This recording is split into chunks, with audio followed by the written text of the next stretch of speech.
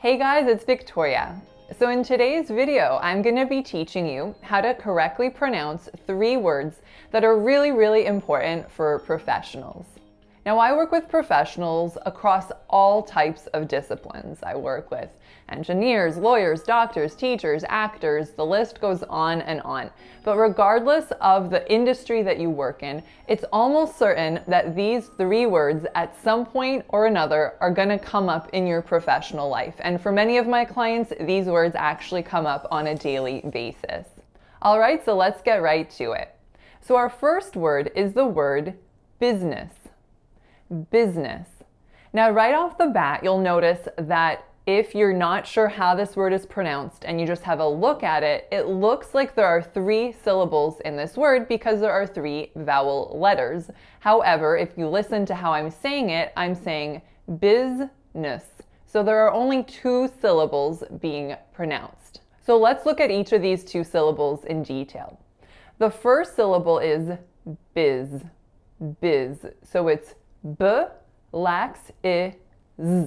The real trick here is that lax, I. So very often, instead of biz, here I hear bis, or sometimes I hear bus, because B-U-S does spell bus, but it's biz, okay? Our next syllable is nus, nus. So N, schwa, S. So it's not ness. The word isn't business, it's business. Business. For example, she runs a really successful business. The second word is manager. Manager. So there are 3 syllables in the word manager. Manager. So the first syllable is man. So it's the M, followed by a nasalized an sound. An.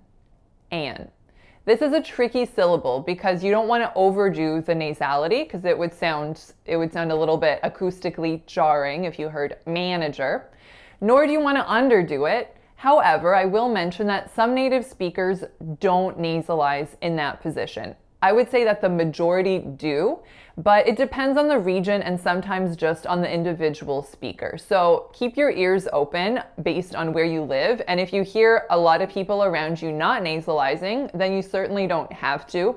But if you hear everyone around you nasalizing that vowel and you want to sound like a native speaker, then obviously you want to sound like the people that you're interacting with. Our second syllable is a schwa, so a really short sound. And our final syllable is jur. Jur. So 2 sounds. The first sound is j. The second sound is Manager. It looks like you have a really great manager. And our third word is meeting. Meeting. So only 2 syllables in the word meeting, but actually quite a lot of little things going on. So the first syllable is me.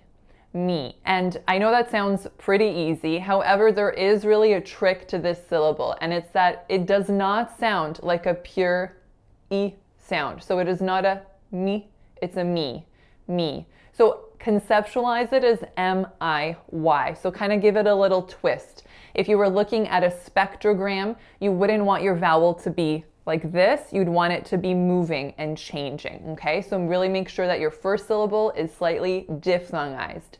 Me. Then we have an alveolar flap represented by the letter T. And then we have our final ing. So that's a lax I sound, followed by a velar nasal. So a few things to note here. So the first is that final velar nasal. I know it looks like it's NG, but it is not meeting. There's no g at the end. It's just a spelling convention. So in English, the letters NG at the end of a word represent one sound in which you're raising the back of your tongue and the air is coming exclusively out of your nose. So it's meeting, meeting. The other thing I wanted to mention is that alveolar flap. So let's say the alveolar flap is a sound that you have a lot of trouble with. It's absolutely 1000% acceptable to put a real T there instead, so to say meeting. However, most native speakers are in fact going to produce it as an alveolar flap, so meeting rather than meeting. So whether you want to put that alveolar flap or T in is really going to depend on your goal. If your goal is simply to be well understood by everyone, I can guarantee you that every single person is going to understand you just fine if you say meeting. However, if your goal is to sound like a native English speaker from North America, then you really want to put that alveolar flap in and say meeting. All right, you guys, that is all for today's video. I hope you found it helpful. And if there are any other words that you want to learn how to pronounce that are related to your professional life or to business in general, then please let me know in the comments below. Thanks so much for watching, and I'll see you next time. Bye.